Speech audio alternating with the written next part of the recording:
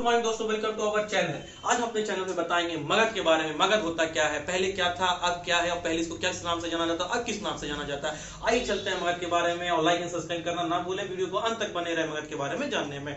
आइए सबसे पहले चलते हैं मगध। मगध आज की डेट में गया, पटना और राजगीर को कहा जाता था, और कहा जाता है भी। पहले जो मगध था, ये जो राज थे, ये बहुत बड़ा राज था।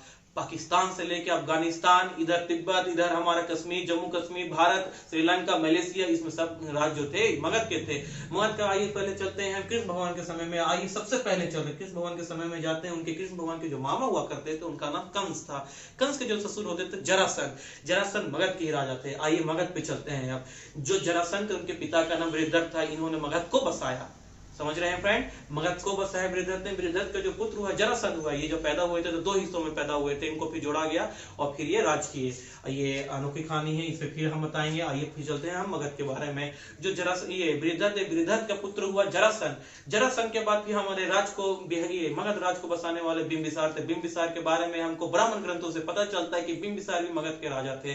जो बिंबिसार जी थे, हमारे 544 बीसी में कृष्ण ईसा मसीह के जन्म से पहले की कहानी है। ये 544 बीसी की। उस समय हमारे कौन थे, बिंबिसार जी थे। बिंबिसार क्या थे कि ये मगध के राजा थे। इन्होंने बहुत ही कौशल दिमाग का परिचय दिया। इन्होंने क्या किया कि दूसरों देशों से लड़ाई करके, युद्ध करके अपने राज्य में मगध को नहीं मिलाया। इन्होंने क्या किया कि संबंध स्थापित करके, संबंध मतलब कि शादी करके। इन्होंने सबसे बेस्ट एग्जांपल इन्होंने दिया कौशल और मद्र नरेश को।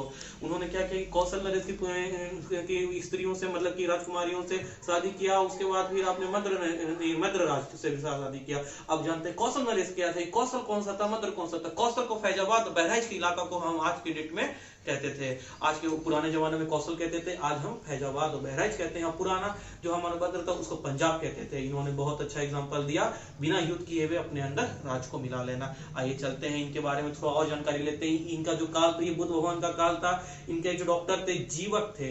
ये जीवक थे, बहुत ही उन्नत कलाकार थे, मीन्स उन्नत डॉक्टर थे। ये बुद्ध भगवान की सेवा में भी अपने डॉक्टर को भेजे थे। उस समय इनको उपाध्याय या ये आचार्य कहा जाता था, जो ट्रीटमेंट करते थे। और चलते हैं इनके बारे में थोड़ा और जानकारी लेते हैं। ये जो थे अनेकों राज्यों को अपने अंदर मिलाए थे। इनका जो पुत्र हुआ अजातशत्रु हुआ। अजातशत्रु ने इनको क्या किया कि जब इनके पिता ने 52 वर्षों तक अपनी गद्दी को न छोड़ा, तो अजातशत्रु ने इनका कत्ल करके अपने को राज्य बना दिया और मगध पे राज कर लिया। अजातशत्रु के बाद हम आते हैं उज्जैन के बारे में। उज्जैन भी अजातशत्रु का पुत्र था। इसने भी वही किया जो इसने अपने पिता के साथ किया था। उज्जैन ने अपने पिता को मार डाला और मगध के राज पे अधिपत्य स्थापित करके मगध का राजा बन गया उज्जैन ने। और आप एक चीज, दो चीज हमेशा फैक्ट याद करिएगा कि राजगीर को बसाने वाला जो राजा था वो बिंबिसार था, और पटना को या पाटलिपुत्र को बसाने वाला उज्जैन था। समझ रहे हैं दोस्त, पाटलिपुत्र को बसाने वाला हमारा उज्जैन था। उज्जैन के बाद हम आते हैं शिशुनाग वंश के बारे में। ठीक है, तो शिशुनाग वंश थे। शिशुनाग वंश उज्जैन के बाद शिशुनाग वंश का स्थापित हुआ बिहार पे और मगध पे। ठीक है दोस्तों, शिशुनाग वंश के बाद हम आते हैं कि शिशुनाग के बाद काला अशोक आता है। काला अशोक वही अशोक था जिसमें के समय में बहुत संगति हुई थी, द्वितीय बहुत संगति हुई थी, बहुत वैशाली में जो हुई थी। और ये 583 ईसा पूर्व में हुई थी बहुत संगति। काला अशोक के बाद हम आते हैं नंदीवर्धन। नंदीवर्धन राजा रहा। नंदीवर्धन के बाद हम मगध का राजा जो बना था, उस पर आधिपत्य हुआ नंद वंश का। बहुत ही इसका इंटरेस्टिंग कहानी रही है हमारे इतिहास में नंद वंश का। इनके जो राजा थे, नंद वंश के संस्थापक जो थे, महापन्नन थे।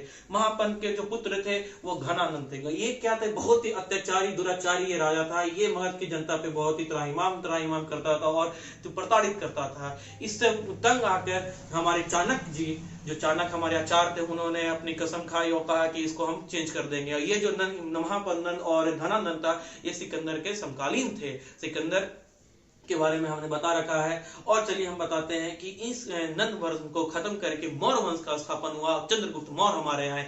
चंद्रगुप्त मौर्य के बाद हमारे बिंदुसार आए। बिंदुसार के बाद हमारे अशोक आए। इसी तरह ये पीढ़ी दर पीढ़ी चलते गए। अशोक के भी दो पुत्र हुए। अशोक के दो पुत्र संयुक्ता और सिद्धार्थ हुए, जिनको बौद्ध धर्म के प्रचार के लिए भेजा गया श्रीलंका और दूसरे देशों में। इसके बाद जो इनका पुत्र था, इनके पुत्र का नाम था दशरथ या बृहद्रथ था। बृहद्रथ के फिर इसके बाद इनकी कहानी चलती रही और फिर इसके बाद भी राजा आए। 185 ईसा पूर्व तक हमारे अशोक का मौर्य वंश का शासन रहा था। लास्ट हमारे जो शासक थे वेदर थे। इसके बाद इनकी हत्या करके हमारे पुष्यमित्र शुंग वंश का स्थापना हुआ हमारे ये मगध पे। और उसके बाद फिर हमारे कन्नौ वंश मगध पे राज किए। कन्नौ वंश के बाद फिर हमारे यहाँ आए ये सतवाहन वंश। और सतवाहन वंश में जो हमारी राजधानी हुआ करती थी वो राजधानी हमारी प्रतिष्ठान जो कि महाराष्ट्र में है।